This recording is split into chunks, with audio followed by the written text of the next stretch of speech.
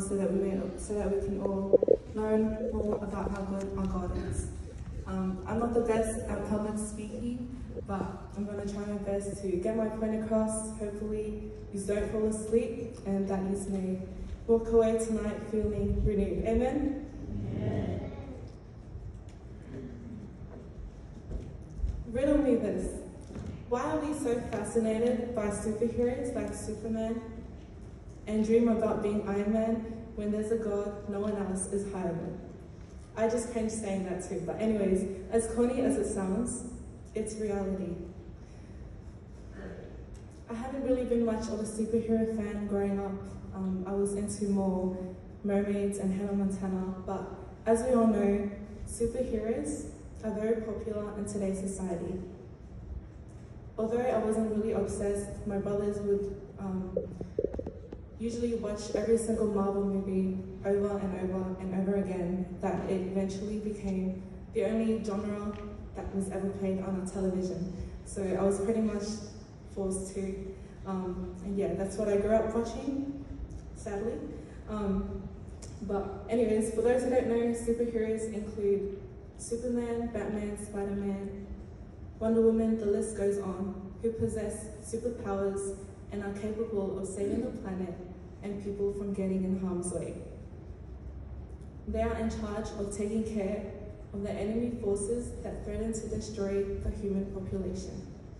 Although these superheroes captivate our attention, we know that they are only the product of the imagination of their creators. They're not real, they're make-believe, they only exist in our imagination and on our screens. However, there is a real living superhero, one who is not fictional or a figment of the imagination. This superhero has the power of bringing peace to the disturbed heart, comfort to the anguished soul, hope to those struggling with their own burdens, and salvation to the lost. And his name is Jesus Christ. Amen, church? Amen. Amen. Praise the Lord. Let's pray. Dear Lord, our Heavenly Father, thank you for bringing your family here tonight, Lord, to your temple, so that we may fellowship all together, Lord, in your word.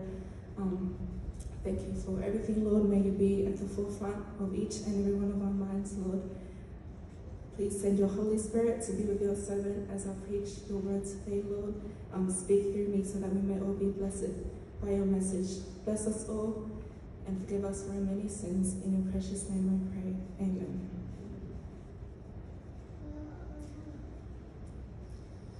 As you read the Bible, you will realize that each of its stories and teachings are intended to show us the character and power of Jesus Christ. If you were blessed enough to be here yesterday, you would have heard Wanda talk about the importance of the Bible and how much of a positive influence reading his word can have on our lives in terms of getting to know and understand our God. Tonight's sermon, I will be discussing the superhero of the Bible instead, that being our Lord Jesus Christ.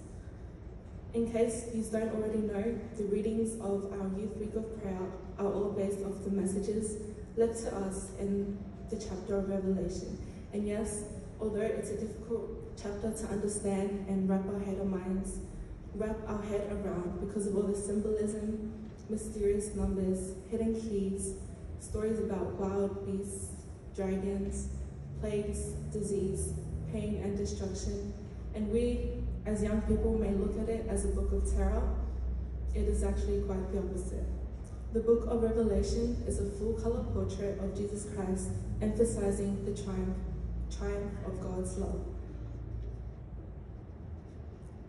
Our reading comes from Revelation chapter 1, verse 1 to 3, and it says, "The revelation of Jesus Christ, which God gave him to show his servants what must soon take place. He made it known by sending his angels to his servant John, who testifies to everything he saw. That is, the word of God and the testimony of Jesus Christ. Blessed is the one who reads the words of his prophecy, and blessed are those who hear it and take to heart what is written in it, because the time is near." What are the superpowers that Revelation highlights of Jesus Christ, you might ask? There are many, but I will just introduce you to 3 of them. Let's start by talking about superhero being God the Creator. In Revelation 3 verse 14, we are told that Jesus is the words of the Amen, the faithful and true witness, the beginning of God's creation. Does this mean he's a created being? No. The word beginning used in this verse comes to us from the Greek word arche, which means originator or ruler. Our superhero is the creator, originator, and supreme ruler of creation. Let's look at what John himself wrote regarding the divinity of Jesus. In the beginning was the Word, and the Word was with God, and the Word was God. The same was in the beginning with God. All things were made by him, and without him was not anything made that was made. John wants us to know here that Jesus was with God and was God, and that the one who laid down his life for us created this universe. John acknowledges how magnificent our Savior is here as the ultimate creator. Now let's talk about some of his attributes.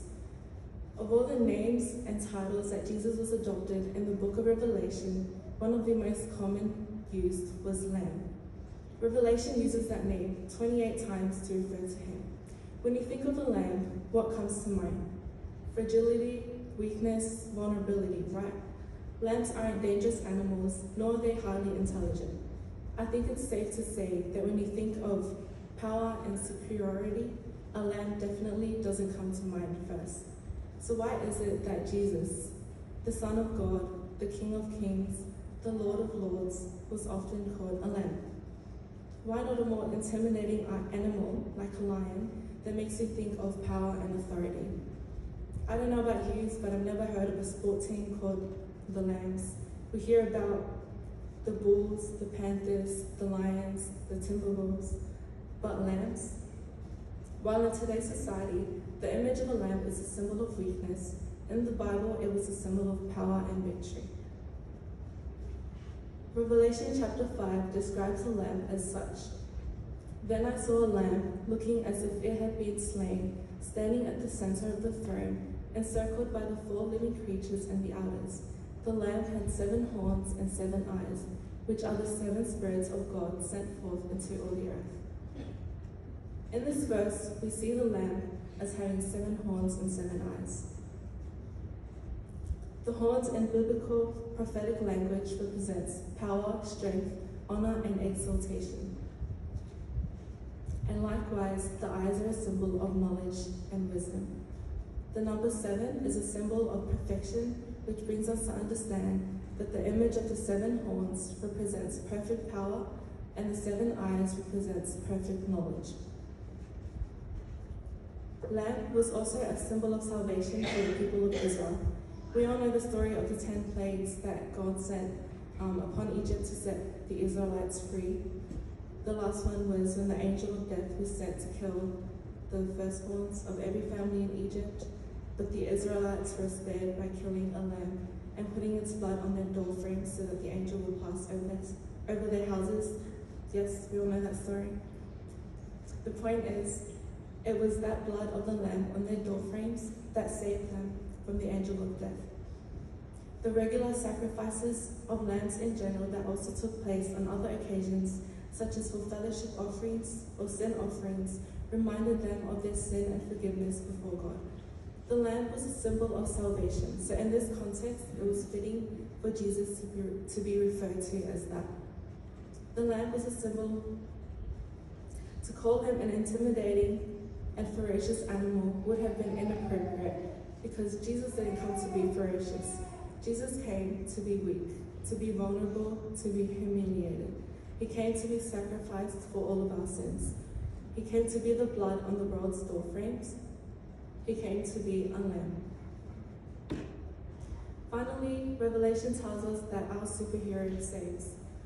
Chapter 5, verse 9 to 10 state of the Lamb, "You are worthy to take the scroll and to open its seals, for you were slain, and you have redeemed us to God by your blood, out of every tribe and tongue and people and nation, and have made us kings and priests to your God, and we shall reign on the earth."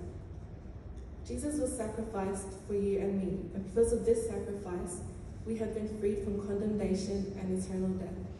The Bible says that Jesus could have just called a legion of angels to come and rescue him and set him free. But did he? No. He continued to hang on that cross for hours and hours until his own death. The good news, though, is that he rose from the dead after 3 days. So to answer a question from earlier on about the superpowers that the book of Revelation highlights about Jesus, it is that he is the creator, originator, and supreme ruler of creation. His power and knowledge are pure perfection, and that in him there is no weakness or defeat, and that he saves. I want to share a story of a man named John Franco who lost his parents in a terrible accident when he was a child. He moved in with his grandparents and ended up moving out at the age of 17, and he traveled to New York where he became a gang member at the age of 20. He was sentenced to 2 years in prison for armed robbery, and in prison fell into deep depression. At 22, he received parole, but the use of drugs, alcohol, and his constant relapses of depression led him to be admitted to a treatment and mental health center. And when he left, he ended up being homeless. He was constantly seen lying around in the street as a victim of overdoses. One day, while he was walking down the street, he found a flyer announcing the start of a week of evangelistic lectures titled Revelation of the Apocalypse. He found the address and decided to attend.